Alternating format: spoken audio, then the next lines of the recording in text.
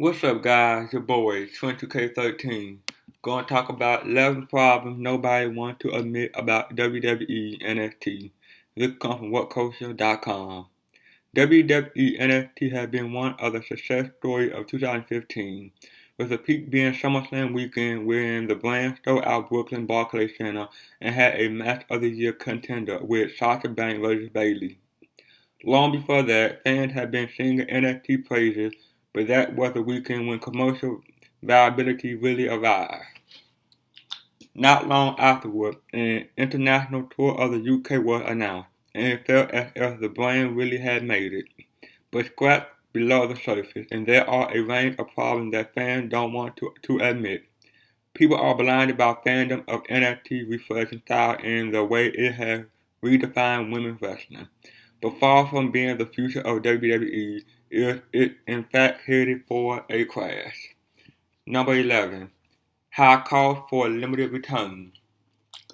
NXT did good business with the Brooklyn special, but you could make the argument that we're off the back of SummerSlam. They also look set to do good business on the UK tour, but are these examples the exception rather than the standard? NXT mostly run in very small setup with high production costs. The regular fan base at show is a few hundred people, sometimes without paying. By the time you factor in the cost of setting up the crew, lighting, staging, and other expenses of a show, NXT isn't really that much of a business sensation. It doesn't have a TV deal and it doesn't do large crowds. You also got the wrestler cost and performance center cost. In the future it may pay off if an auction is brought through, but right now NXT big expenses don't really look to have a great return for WWE. Number 10. Star made or just imported. NXT is supposed to be about making new young stars. However, if you look at the success stories, there are actually guys that WWE have imported from other wrestling companies.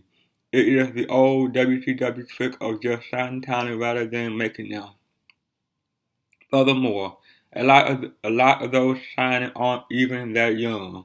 Is Finn Balor at age 34 really going to be the guy to carry Raw in the next decade? Nope. He's 35 next July and hasn't even made his main roster debut yet. Even Sasha Banks had a background in the Indies. She could work before coming to WWE. It feels like every big star has just been an established wrestler from another company. The likes of Apollo Crews, Sami Zayn, Kevin Owens, Seth Rollins, Neville, Samoa Joe, Hideo Itami. Are WWE really developing talent in NXT or just signing made wrestlers and telling a story of development? Number 9. The celebrated women's division is actually really light. Bayley and Sasha Banks are fantastic pro wrestlers, no doubt about that. Charlotte and Becky Lynch are also very good. But take a look at NXT's current female roster. Charlotte is gone, Lynch is gone, and Banks will be fully gone in the near future. Who does that leave for Bayley to work with? Dana Brooke, Carmella, Alexa Bliss, Emma, Asuka, and Blue Pants. Blue Pants isn't even a contracted NXT worker. The fact is that the division is really light, and WWE attempted to tackle that issue by signing Asuka. The problem with Asuka is going to be the same problem every Japanese wrestler faces, and that getting over in a US audience. Look at the problem that the exceptional Kenta has had at Hideo Itami. The NXT women's roster peaked this spring and is now light on the ground. Bliss and Brooke, the two stars WWE are keenest on, are nowhere near ready to run with the title. After so much celebration, the division is now remarkably light. Number 8. Television matches are too short. NXT television get a lot of praise, but the content is actually fairly weak. There'll be a good 10-minute plus main event every now and again, but the undercard is usually very soft. 2 and 3 minute matches are regular occurrence, and that sort of book can ultimately help no one. Yet fans have overlooked this aspect when they be absolutely ridiculing it if it was on Raw. What's probably going on is that fans find it refreshing to have such an easily digestible show. The 1 hour runtime is a godsend compared to 3 hour Raw show. Yet the runtime is actually a problem, and such short matches are actually problematic to the wrestler and long-term development. Number 7. The wrestling style isn't transferable to Raw. NXT top matches are fantastic, but the style is also wholly unrealistic. Far from getting these wrestlers ready for the type of matches they'll encounter on Raw, the NXT brand is instead allowing the wrestler to work a style that is more suited to the indies. For example, do you really think you're going to see a reverse Ranter off the top rope in a Raw Divas match anytime soon? That was a great moment when Sasha and Bayley did the move at NXT TakeOver Brooklyn, but it isn't realistic to be taking that style to the main roster.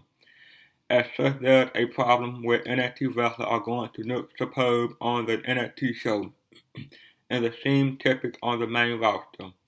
It is because they are working a style that won't be allowed on Raw or SmackDown. It is a problem that you can see never contended with each week, as he limited to the same formula high spot and move on Raw and SmackDown.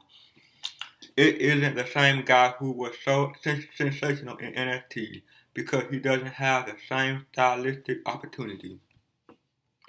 Number 6. It had made Raw look bad. Because NXT is allowed to work such a sensationalized style, it has in turn made Raw look bad, and at a time when Raw really didn't need to be made to look any worse. Raw wrestlers have even talked about this subject, and there's some degree of bitterness from Raw stars to NXT stars. That's not good for anyone. Brie Bella said the following back in February, and I quote, "If I were an NXT diva, I would not want to come up to the main roster because you get so much time down there. When it comes to TV, we get so frustrated because it's hard to tell a story in 3 minutes, and especially when they want an entrance. You thinking what? Can you cut the entrance? We want time to wrestle, especially after watching the NXT Rival pay-per-view and seeing the girls go 20 minutes. As mentioned in the previous slide, most NXT matches are actually short as well, but when it is an NXT main event or special, the time and freedom to do high work rate and spot fest matches is making Raw look bad." Number 5. Fan baiting and long-term booking. Sometimes the bad guy has to win. Sometimes the company has to do the unpopular thing in the short term, just to have a big payoff in the long term. But down in NXT, there's a fan baiting mentality of just always booking the popular result, even when he'll win. Like Kevin Owens over Sami Zayn, it is done in a fan baiting type of way. Kevin Owens was basically a babyface in wolf clothing. You only need to look at NXT TakeOver Brooklyn to see NXT fan baiting at its most apparent. Every single babyface won on that special, even when it didn't really make any sense for a WWE future, like Houston Liger over Tyler Breeze. That sort of booking just isn't sustainable. Another point should also be raised homegrown talent like Baron Corbin, a job to important talent like Samoa Joe. Is that really the way of the future? Jobbing out the developmental stars to the ready-made stars, it has a feel of WCW to it, with that type of bringing established outsiders in to beat the internal development wrestler. Number 4. Average talent. There's this reputation of NXT being stuffed full of exceptional wrestlers, but it just isn't true. Most of the really good workers are shipped in from other companies, and the rest of the roster is just a bit bland. Take a look at the roster. Do you really see anyone who could be the next Triple H or The Rock? Most of the talent are actually pretty average, and even the exceptional wrestlers are going to struggle to become huge stars. Being a WWE main eventer is more than just the ability to work a match. If it were all about in-ring then Tyson Kidd would be main eventing WrestleMania shows. NXT talent may be able to produce in the ring, but is there really anyone who can be WWE next franchise star? Even NXT products like Seth Rollins and Roman Reigns, as successful as they don't look like disturbing John Cena's spot anytime soon. If the developmental NXT system is to really work, it needs to churn out a John Cena. Number 3. Limited appeal. When you go on an internet forum or see the Barclays Center full to the raptor, it is easy to fall into the trap of thinking NXT is really popular. In fact, the majority of WWE fans don't even bother watching it. While Raw bubbling under 4 million viewers is considered a disappointment, NXT television show isn't even doing a million viewers. That's partly because it is on WWE Network, but it is also because it doesn't have a John Cena or any big league perception. What powers WWE is its mainstream casual audience, not the vocal minority of the internet wrestling community.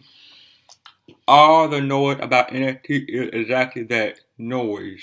Hard business numbers aren't correlating with the perceived popularity.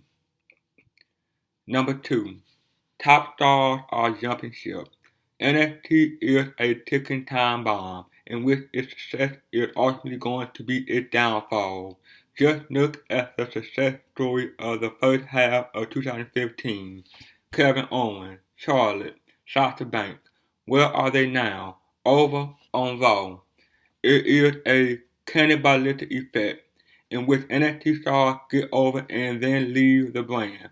In the long run, they're going to leave NXT as a weak show. It can't be sustained. The danger is that there will ultimately be no reason to tune in for NXT as all their assets will have been stripped and moved to Raw. In the long term, it is big danger, and WWE can't just keep on plucking the next big stars from the indies, because many simply don't want to come. The Briscoes, for example, they turned WWE down in the past because they can make more money on the indies, and that's another big problem for NXT, and is the reason why NXT wrestlers can't wait to jump ship to Raw. NXT simply doesn't pay that well. Raw pay exceeds NXT money. And number 1, some talents are being held back. The purpose of NXT is supposed to be developing talent, but in the case of Finn Balor, he's being held back by the brand. Sure, he's a champion, but this is a man good enough to be a US or IC champion on the main brand. He as accomplished as they come in the ring, and his career is also over. He's more than ready for the main roster. It is now at the point where WWE are hurting his progression. He's 34 years old and has been on the NXT roster for over a year. When he first signed, he was told that he'd be on Raw within a short period of time, but it is now looking like he'll be an NXT guy until at least 2016. And even though Samoa Joe has only been on NXT for a few months, there's a feeling that he should be on WWE main roster.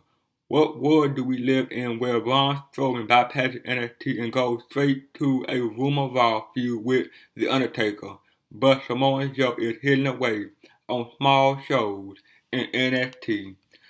Well, that is, guys. Like, comment, subscribe. See you guys on the next one. Peace.